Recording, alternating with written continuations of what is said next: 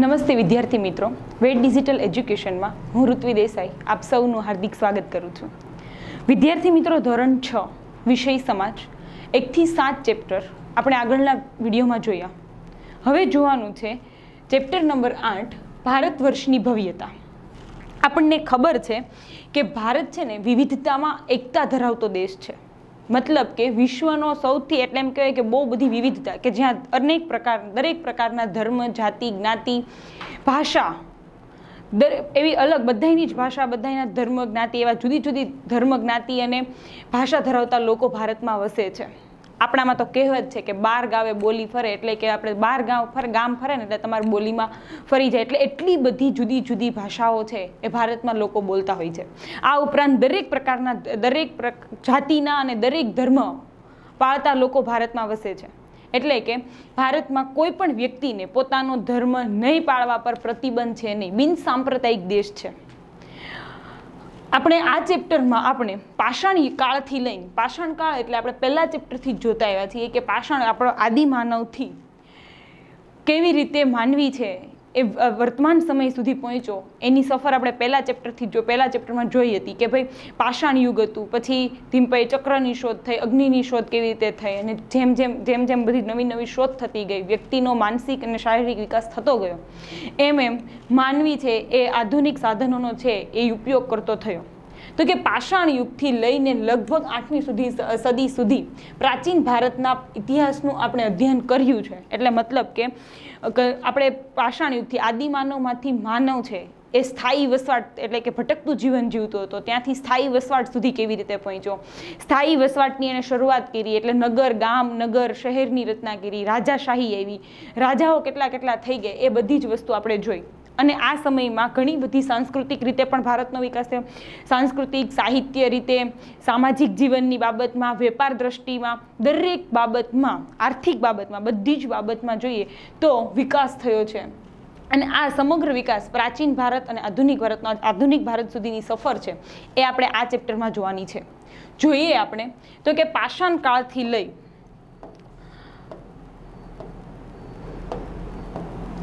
પાષાણ કાળથી લઈને લગભગ 8મી સદી સુધીના પ્રાચીન ભારતના ઇતિહાસનું આપણે અધ્યયન કર્યું. વિભિન્ન કાળથી સંસ્કૃતિ, તેના શાસકો વિશે આપણે માહિતી મેળવી. આપણને ખબર છે કયા કાળમાં, ગુપ્ત યુગમાં, સોલંકી યુગ, બધા અલગ અલગ યુગો થયા, બધા જુદા જુદા સમયમાં જુદા જુદા રાજાઓ થઈ ગયા. અને દરેક 7 ચેપ્ટર સુધી આપણે શું જોયું હતું કે જે તે રાજાના સમયમાં એની સામાજિક જીવન કેવું હતું, આર્થિક જીવન કેવું હતું, એ રાજા કેવા હતા, રાજાઓ કેવા થઈ ગયા, એ બધી જ માહિતી આપણે આગળના ચેપ્ટરમાં મેળવી. ભારત એક ઉપખંડ જેટલું મોટું રાષ્ટ્ર છે. પ્રાચીન કાળથી અનેક જાતિ, પ્રજાતિ, સમૂહ આ દેશની સમૃદ્ધિથી આકર્ષાઈને આ દેશમાં આવતા રહ્યા છે. મતલબ આપણને ખબર છે કે ભારતમાં આપણી ભારતીય પ્રજા તો હતી, પરંતુ વિદેશી યુરોપિયન પ્રજા છે, પશ્ચિમી જે સંસ્કૃતિ એટલે આપણી ભારતીય સંસ્કૃતિ અને આર્થિક દરેક બાબત, સામાજિક એટલે આર્થિક બાબતથી આકર્ષાઈને આપણને ખબર છે કે આપણા ભારતમાં અંગ્રેજો, ડચ લોકો, પોર્ટુગીઝો, ફ્રેન્ચ લોકો, આ બધા જ લોકો છે એ ભારતના સમૃદ્ધિથી આકર્ષાઈને ભારતમાં આવતા રહ્યા છે. અને એના કારણે સંસ્કૃતિનો સંગમ છે એ રચાયો છે. એટલે કે જુદી જુદી ભાષા, ધર્મ, રહેણી કહેણી, દરેક લોકોના જુદા જુદા રીતિ રિવાજો, જુદી જુદી પરંપરા, આ બધું જ જુદું જુદું હોવા છતાં ભારતમાં એકતા જોવા મળે છે. એટલે કે એટલા માટે જવાહરલાલ નહેરુ એને વિવિધતામાં એકતા કહે છે કે બધું જ જુદું જુદું છે છતાં પણ એક સાથે આ દેશ આજે પણ એટલે એક સાથે એક દેશમાં બધું જ જુદું જુદું હોવા છતાં લોકો સાથે રહે છે. તેવા આ દેશ, મહાન દેશની કલા, સ્થાપત્ય તથા સામાજિક જીવનની માહિતી આપણે આ ચેપ્ટરમાં મેળવવાની છે. આ ઉપરાંત જેનાથી પ્રાચીન ભારતની પ્રજાના ગૌરવશાળી વારસાની આપણને માહિતી મળે છે. મતલબ કે પ્રાચીન ભારત વર્તમાનમાં તો આપણને ખબર છે કે ભાઈ આધુનિક ખેતીના કે આધુનિક બધી જગ્યાએ આધુનિકીકરણ આવી ગયું. મતલબ કે બધી જ જગ્યાએ યંત્ર આવી ગયા, મશીનરી આવી ગઈ.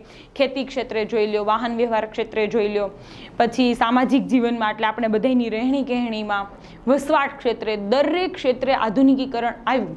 પણ પ્રાચીન ભારતથી શરૂઆત કેવી રીતે કરીને પ્રાચીન ભારતમાં કેવી રીતે આ બધી ખેતી છે, સાહિત્ય છે, ચિત્રકલા છે, એનું લોકોનું આર્થિક જીવન છે, આ બધું જ કેવું હતું એ દરેકની માહિતી આપણે આ ચેપ્ટરમાં જોવાની છે. જોઈએ અહીંયા તમને કેટલાક ચિત્રો દેખાય છે.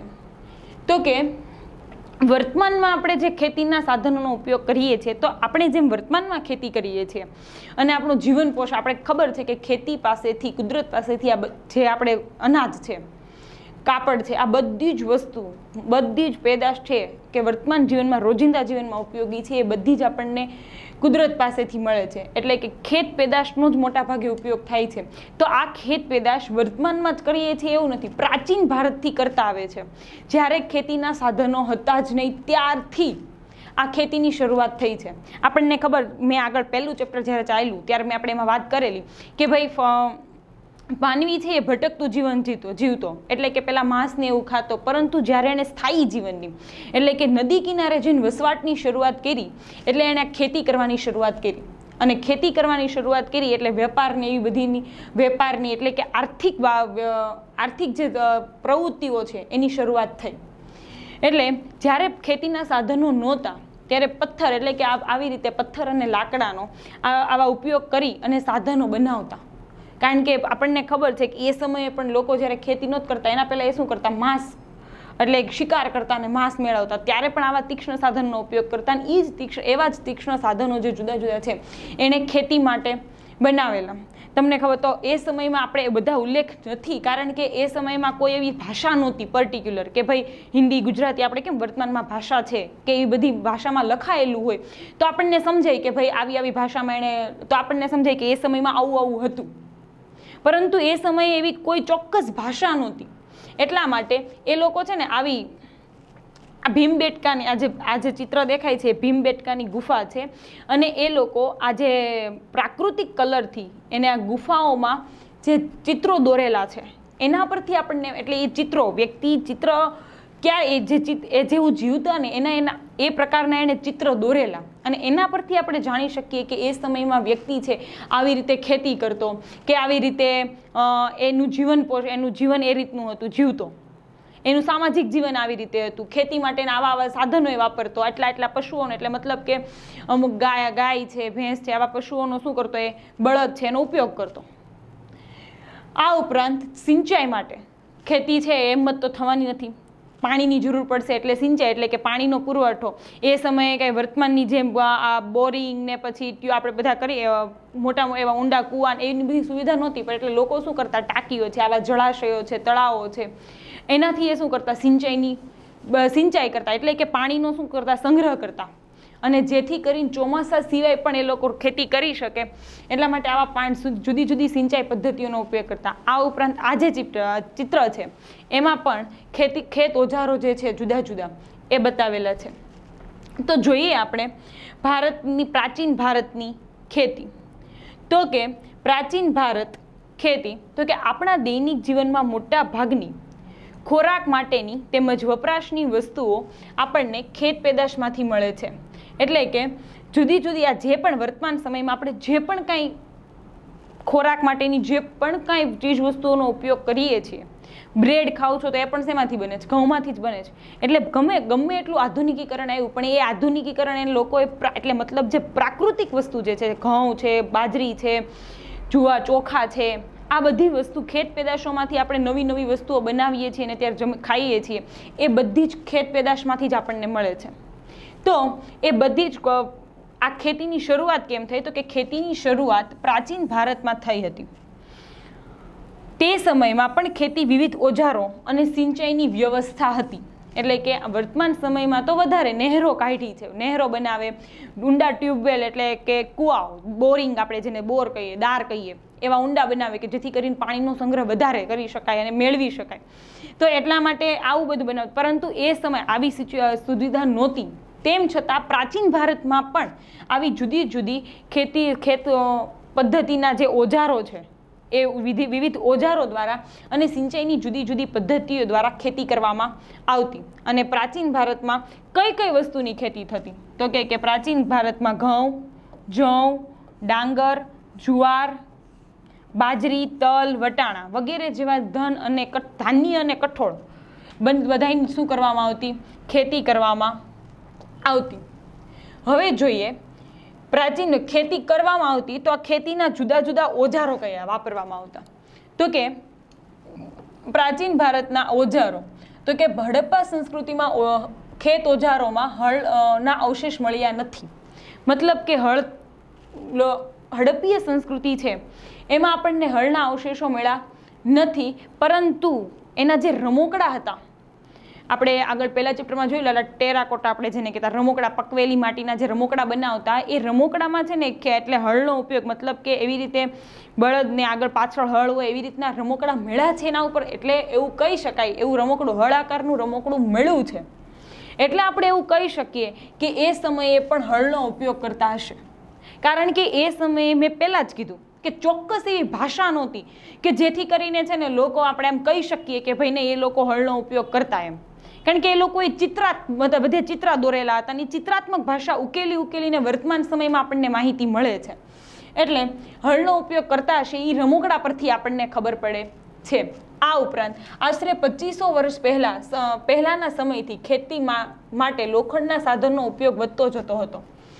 તેમાં જંગલને સાફ કરવા માટે કુહાડીઓ, હળના ફણાનો પણ સમાવેશ થાય છે. આ ઉપરાંત દાતરડું, કુહાડી વગેરે જેવા સાધનો છે એ પરિચિત હતા. મતલબ કે છે ને ધીમે ધીમે જેમ જેમ સમય આગળ વધતો ગયો એમ પ્રાચીનમાંથી જેમ સમય વ્યક્તિમાં જેમ એનો માનસિક રીતે વિકાસ થતો ગયો, એટલે લોખંડ એટલે કે લોખંડ આવ્યું એટલે પછી છે ને ખેતીના સાધનો છે એ ખાલી એ લાકડાના અને પથ્થરના બનાવતા, એમાંથી એ શું બનાવવા માંડ્યા? લોખંડના સાધનો બનાવવા માંડ્યા. દાતરડું, પછી કુહાડી, હળ અને આ કુહાડા, આ બધા છે એ લોખંડ એટલે કે એના જે આગળનો ભાગ છે, પાછળ હાથા છે, એ બધા લાકડાના, આગળનો જેનો ભાગ છે એ શેનો બનાવવામાં આવતો? લોખંડનો. તો આવી રીતે આ બધા સાધનો પછી પરિચિત થયા. આ હતા એ પ્રાચીન ભારતની ખેતી, એના ઓજારો. હવે જોઈએ સિંચાઈ. તો કે સમૃદ્ધ ગામડાઓ વગર રાજાઓ અને તેમના રાજ્યને ટકી રહેવું મુશ્કેલ હતું. મતલબ કે કારણ કે રાજાઓ, સમૃદ્ધ ગામડાઓ વગર રાજાઓ અને તેના રાજ્યને ટકી રહેવું મુશ્કેલ શા માટે? તો કે એટલા માટે કે રાજાઓ છે એનું જીવન પોષણ કેવી રીતે કરતા? તો કે આ ગામડામાં જે વ્યક્તિઓ, એની પ્રજા છે એ જે કાંઈ ઉગાડતી એ શું કરતી? કર સ્વરૂપે રાજાને આપતી, અને રાજા છે એમાંથી પોતાનું જીવન પોષણ કરતો.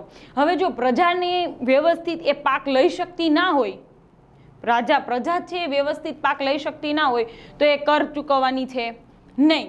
તો આવી રીતે એટલે કે સમૃદ્ધ ગામડાઓ વગર રાજાઓનું અને રાજ્યને ટકી રહેવું એ મુશ્કેલ. એટલા માટે છે આજે ખેતીના વિકાસ માટે રાજા શું કરતા? તો કે નવા સાધનો, આ ઉપરાંત ધૂરો પણ એટલે કે બીજ એટલે કે એના બીજા એટલે મીન્સ કે એના વિકાસ માટે એ જુદા જુદા મહત્વપૂર્ણ પગલાં લેતા હતા, જેમાં આપણે એમ કહીએ કે સિંચાઈની વ્યવસ્થા પણ ઘણી ઉપયોગી સાબિત થઈ છે. કેમ? તો કે સિંચાઈ છે, જો આપણે ચોમાસા સમય દરમિયાન તો એક ટાઈમ એટલે કે 4 મહિના તો આપણે પાક લઈ જ શકવાના છીએ. કેમ કે વરસાદ પડે છે ને એને પાણી મળી રહેશે એટલે પાક ઉગશે. પરંતુ જો એ સમય ચોમાસા દરમિયાન પાણી છે બાકીનું તો વહી જ જવાનું છે, જેટલું કામનું છે એટલું રહેવાનું છે, બાકી બધું વહી જવાનું છે, તો એ પાણીનો સંગ્રહ કરી અને શિયાળામાં અને ઉનાળામાં પાક લઈ શકાય એટલા માટે આવા કૃત્રિમ જળાશયો એટલે સિંચાઈની સગવડ ઊભી કરી કે જેથી કરીને વધારે પાક લઈ શકાય, તો પ્રજા તરફથી રાજાને પણ શું મળે? વધારે કર મળે, તો એનું જીવન પોષણ પણ સરળતાથી રાજ્યનું ભરણ પોષણ પણ વ્યવસ્થિત થાય. તો એના માટે નહેરો, કૂવા, તળાવ વગેરે છે, કૃત્રિમ જળાશયો આવું બનાવવામાં આવ્યા હતા એવું આપણે કહી શકીએ. અહીંયા સુધી હતું પ્રાચીન ભારતની ખેતી. આના પછીના વિડીયોમાં પ્રાચીન ભારતનું ગ્રામીણ જીવન કેવું હતું, આ ઉપરાંત સાહિત્ય કલા કેવી હતી એની માહિતી મેળવીશું.